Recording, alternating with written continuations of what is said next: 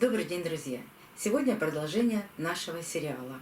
Краткое содержание двух первых серий. Была получена посылка из Краснодара с просьбой прислать мне орхидеи, которые некондиционные, которые можно выбросить, которые нужно реанимировать. И первое видео было посвящено распаковке этой посылки.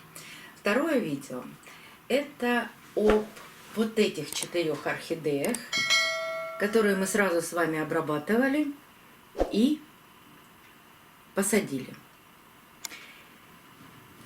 И в конце этого видео я пообещала вам, что через 3 дня я покажу вам остальные 5 орхидей. Ну, 6-я, сейчас я покажу 6-ю, там мало что нужно с ней делать, и вообще получится там что-то или не получится, непонятно. Для этих всех орхидей создан плейлист, и действительно показ будет очень долгий. Какие-то орхидеи мы с вами обязательно восстановим, что-то обязательно не получится. Ссылка на плейлист, где я буду собирать все видео об этих орхидеях, будет в правом верхнем углу экрана и под видео. И под видео будут ссылки на все соцсети этого продавца, у которого я уже заказывала орхидеи, а эти орхидеи мне предложили в подарок, и я попросила именно вот такие орхидеи. Я бы сказала, что это уценки или реанимашки. У нас с вами теперь есть 5 орхидей, у которых нет корней, сухие корни в торфстаканах, они были полузамученные, естественно, шли в темных посылках, а может быть и скорее всего, долго находились в каком-то помещении, в котором им было некомфортно. Давайте начнем с самой лучшей орхидеи из этих 5 орхидей. Названий у них нет. У каких-то есть аббревиатура, например, B18 написано. У этой орхидеи нет никаких названий. Она была самого лучшего качества. Все пришли орхидеи влажные, поэтому я дала 3 дня им немного просохнуть. Но мох все равно еще влажный, поэтому, как всегда, поступая с такими орхидеями, я немного распушу мох. Какой-то ненужный мох, может быть, и уберу. Есть сухие корни, видимые.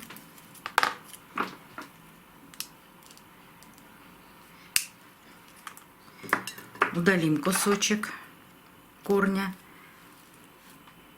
Фласочные листья. Вот один, а вот второй. Их тоже нужно убрать. И как я поступаю со всеми такими орхидеями, я вот так распушу мох. У этого подростка не так много гнилых корней.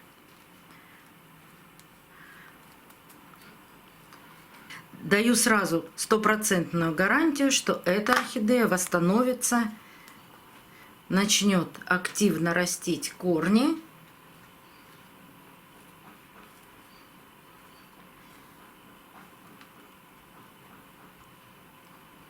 И очень быстро начнет растить листья. Переставляю в другие стаканы.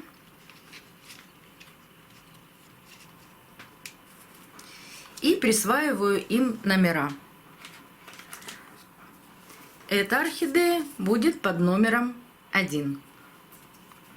Если зацветут, и мы узнаем, как они цветут, может быть, и название их определим.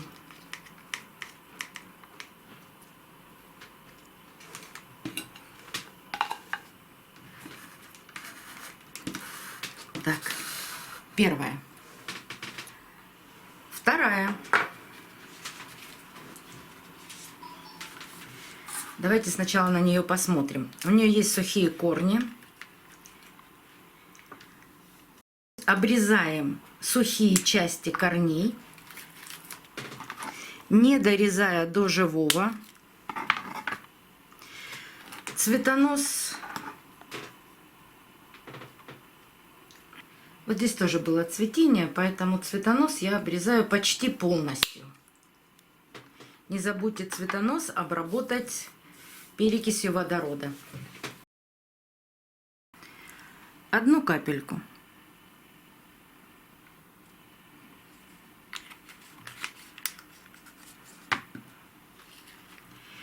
У орхидеи был лист. Она его отсушила. Остались чешуйки от этого листика. Их обязательно тоже убираем. Там могут начать расти новые корни. И эта сухая часть листа будет мешать.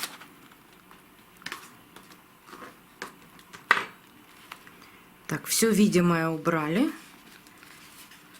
И также достаю орхидею из стакана. У этой орхидеи аббревиатура В или Б, наверное, все-таки Б18. Фаленопсис сортовой. Корни видны только вверху. Мох все равно еще немножко влажный, но это именно такой мох, в котором все время должна находиться орхидея. Он не мокрый, но немного влажный. И создается такое впечатление, что у этой орхидеи все корни находятся только вверху. Ни одного корня здесь, в стакане, я не увидела. Распушили.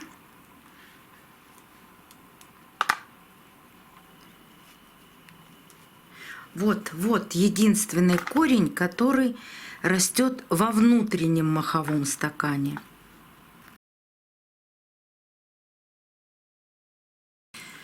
В таких посадках в мох всегда есть два стакана. Один внутренний, другой внешний. Вот это внутренний. И в нем появился один единственный корень, который я увидела. Все, переставляем тоже в новый горшок.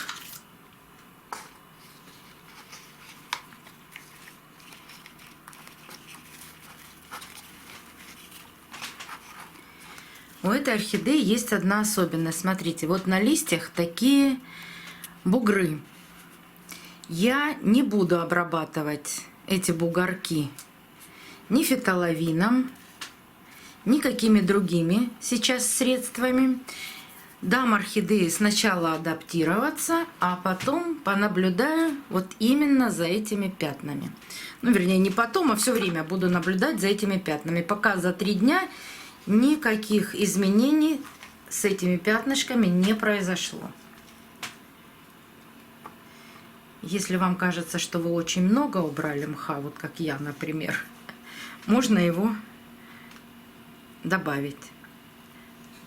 Именно к корням, а не к шее орхидеи. Шея орхидеи должна быть свободная, должно быть поступление свежего воздуха, к ней ничем не затруднено.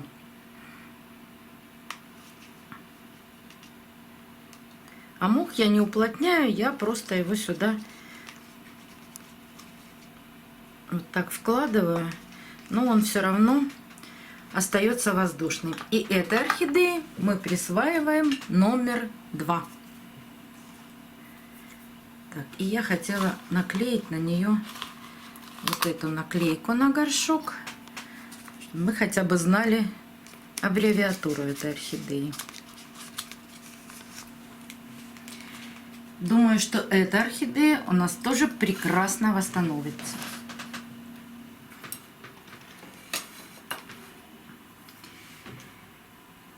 Следующая орхидея совсем безымянная, и с большим количеством сухих гнилых корней. Сначала удаляем видимые сухие корни. Вот эти длинные корни, это точно не пригодятся орхидеи, они совершенно сухие. Сейчас посмотрим, что там внутри горшка, когда достанем орхидею. Вот один корень от шеи, он совершенно сухой. Я думаю, что его тоже не стоит сохранять. У этой орхидеи не потеряна точка роста. Последний лист из точки роста есть, но предыдущий засох. И, видимо, или был оторван, или же сам засох и отвалился. Вот этот лист нижний тоже желтеет, но может быть потому, что была или слишком сильно полита, или наоборот была слишком сильно высушена. Этот лист у нее отпадет, но со временем, не сразу. Давайте достанем ее и посмотрим, что там. Гнилых корней большое количество, прям большое. Вот эти нижние гнилые корни удаляю. Удаляю по возможности. Если нет возможности обрезать весь корень, то отрезаю до живого или до того, как корень уходит в мох. А вот эти все оставляю. Но есть корни, с которыми можно восстанавливать эту орхидею. Давайте тоже ей откроем обязательно шею. Кстати, посмотрим сейчас, что там на шее. Был еще один листик. Вот видите, как чуть-чуть отодвинули, убрали мох. И здесь оказался сухой кусочек листа. Ну, то есть сухая часть.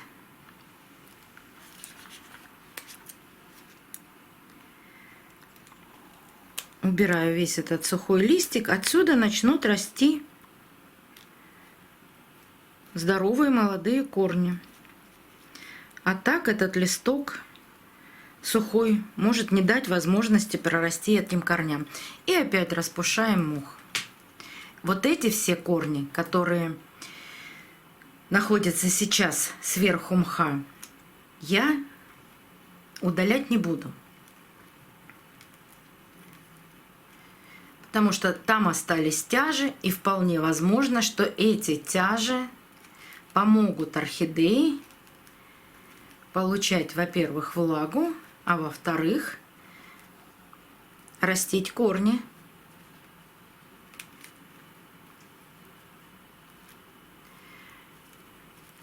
Азиатские садовники вообще не рекомендуют убирать у орхидеи вот такие сухие корни. Они даже с такими сухими корнями, если орхидея потеряла все корни, они делают следующую обмотку мхом и оставляют орхидею наращивать новые корни. Мы с вами поступим точно так же.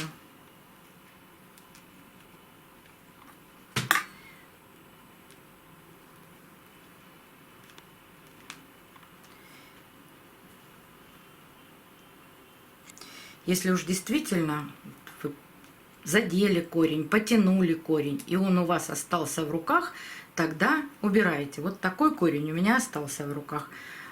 Сейчас еще этот посмотрю. А вот такой корень нет. Все, значит, оставляем его. И ставим в другой горшочек чуть больший.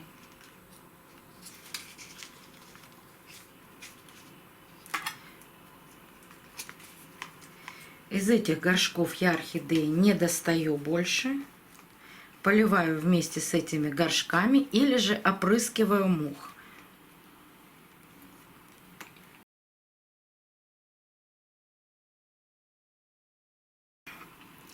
Уже есть видео, когда я рассказываю, что я делаю с такими торфяными стаканами, как я наращиваю корни орхидеи. Есть результаты. Орхидеи уже цветут. Если кому-то интересно, проходите, смотрите в плейлисты. И этой орхидее мы присваиваем номер 3. Я думаю, что у нее есть шанс превратиться в красивую, здоровую, растущую и цветущую орхидею.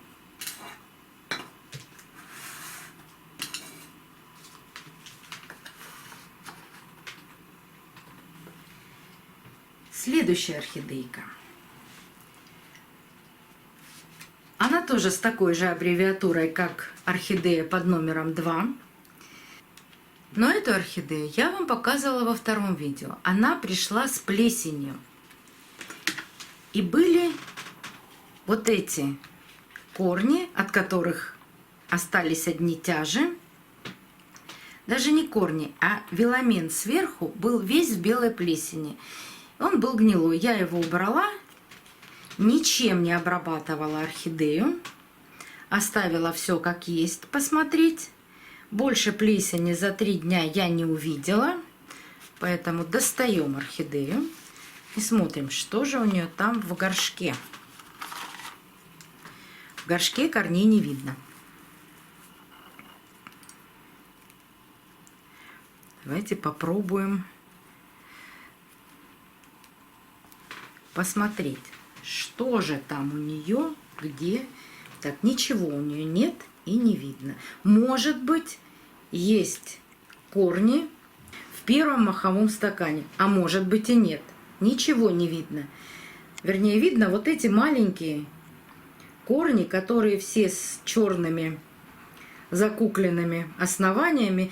Ну, вот эта чернота, которую не нужно обрабатывать ни Максимом, ни еще какими-то препаратами.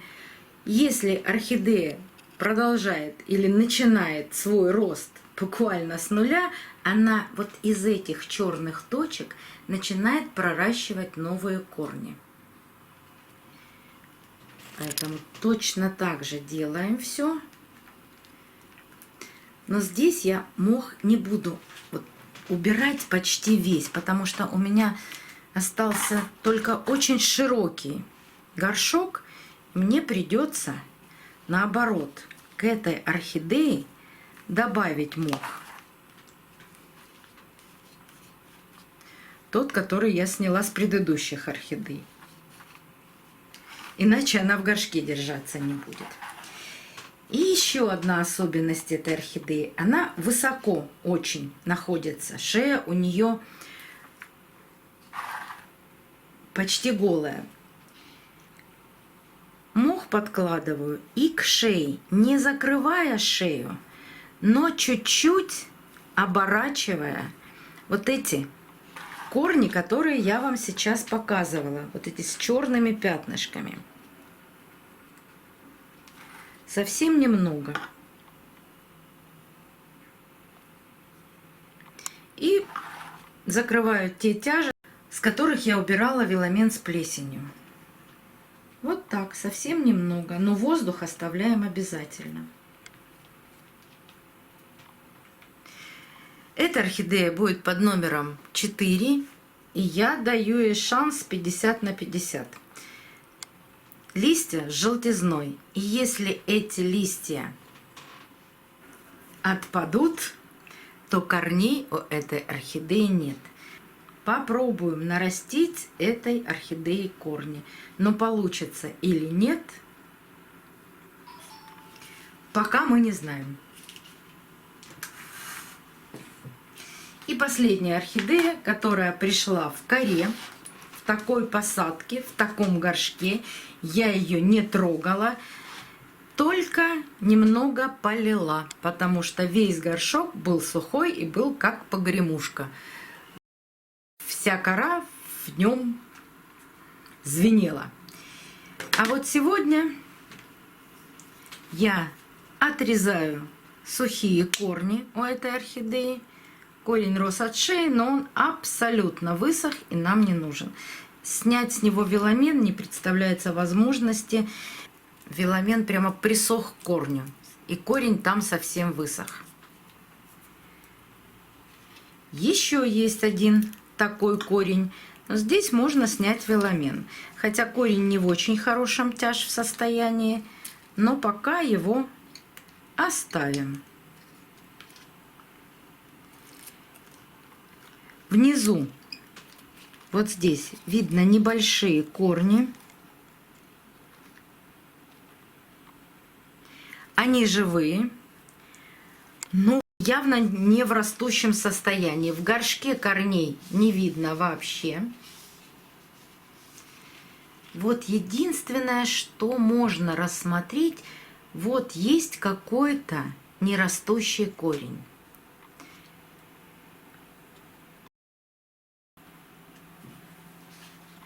И эту орхидею мы оставляем в том же состоянии, в котором она пришла.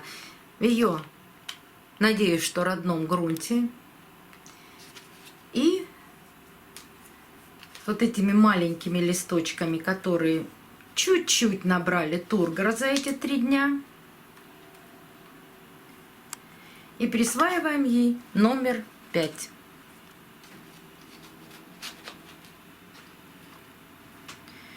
Думаю, что с этой орхидеей у нас с вами все получится.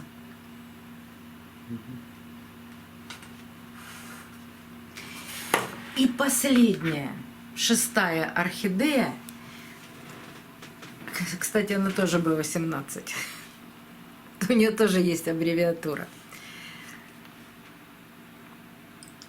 У которой нет ни листьев. Были 2 цветоноса. Жалко, что мы не знаем, как они цвели. Цветоносы отрезаем. Они совершенно сухие.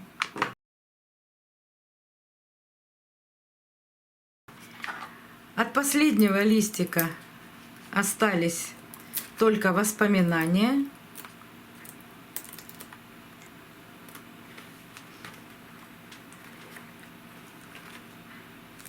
И вот фласочный листик тут видно, один был. Так, что с корнями? Практически ничего. Но какие-то корни есть. И я эту орхидею не буду доставать из ее родного горшка. Только уберу вот эти все высохшие чешуйки от листьев. Вот там внутри еще есть такие чешуйки.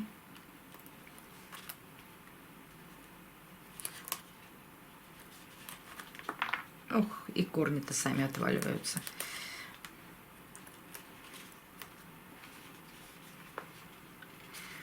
Даже в глубине, вот там в глубине есть еще, вернее, были у нее листья, есть чешуйки от листьев.